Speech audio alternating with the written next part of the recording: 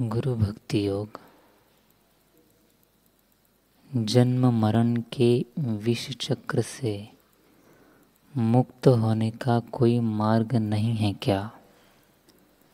सुख दुख, हर्ष शोक, लाभ हानि, मान अपमान की थप्पड़ों से बचने का कोई उपाय नहीं है क्या?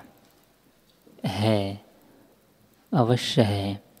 हे प्रिय आत्मन, नाशवान पदार्थों से अपना मन वापस लाकर सद्गुरु के चरण कमलों में लगाओ। गुरु भक्ति योग का आश्रय लो। गुरु सेवा ऐसा अमोघ साधन है जिससे वर्तमान जीवन आनंदमय बन जाता है और शाश्वत सुख के द्वार खुलते हैं।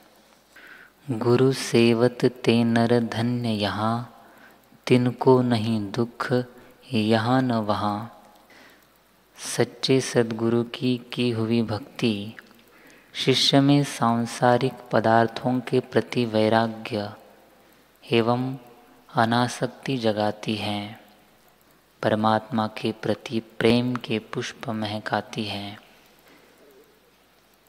प्रत्येक शिष्य सद्गुरु की सेवा करना चाहता है, लेकिन अपने ढंग से। सद्गुरु चाहे उस ढंग से सेवा करने को कोई तत्पर नहीं। जो विरला साधक गुरु चाहे उस ढंग से सेवा कर सकता है, उसे कोई कमी नहीं रहती। ब्रह्मनिष्ठ सद्गुरु की सेवा से उनकी कृपा प्राप्त होती है और उस कृपा से न मिल सके ऐसा तीनों लोकों में कुछ भी नहीं है। गुरु शिष्य का संबंध पवित्रतम संबंध है। संसार के तमाम बंधनों से छुड़ाकर वह मुक्ति के मार्ग पर प्रस्थान कराता है। यह संबंध जीवन पर्यंत का संबंध है। यह बात अपने हृदय की डायरी में सुवर्ण अक्षरों से लिख लो। उल्लू सूर्य के प्रकाश के अस्तित्व को माने या न माने, फिर भी सूर्य हमेशा प्रकाशता है। चंचल मन का मनुष्य माने या न माने, लेकिन सद्गुरु की परम कल्याणकारी कृपा सदैव बरसती ही रहती है।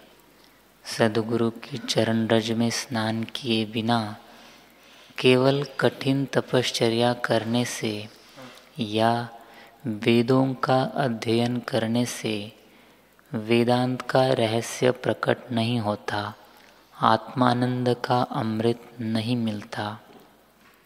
दर्शन शास्त्र के चाहे जितने ग्रंथ पढ़ो, हजारों वर्षों तक हिमालय की गुफा में तप करो, वर्षों तक प्राणायाम करो, जीवन पर्यंत शीर्षासन करो, समग्र विश्व में प्रवास करके व्याख्यान दो, फिर भी सद्गुरु की कृपा के बिना आत्मज्ञान नहीं होता। अतः निरभिमानी, सरल, निजानंद में मस्त, दयालु स्वभाव के आत्म साक्षात्कारी सद्गुरु के चरण में जाओ और जीवन को धन्य बनाओ। सद्गुरु की सेवा किए बिना शास्त्रों का अध्ययन करना मुमुक्षु साधक के लिए समय बर्बाद करने के बराबर है। जिसको सद्गुरु प्राप्त हुए हैं, ऐसे शिष्य के लिए इस विश्व में कुछ भी अप्राप्य नहीं है। सद्गुरु शिष्य को मिली हुई परमात्मा की अमूल्य भेंट है। अरे नहीं नहीं, वे तो शिष्य के समक्ष साकार रूप में प्रकट हुए परमात्मा स्वयं हैं।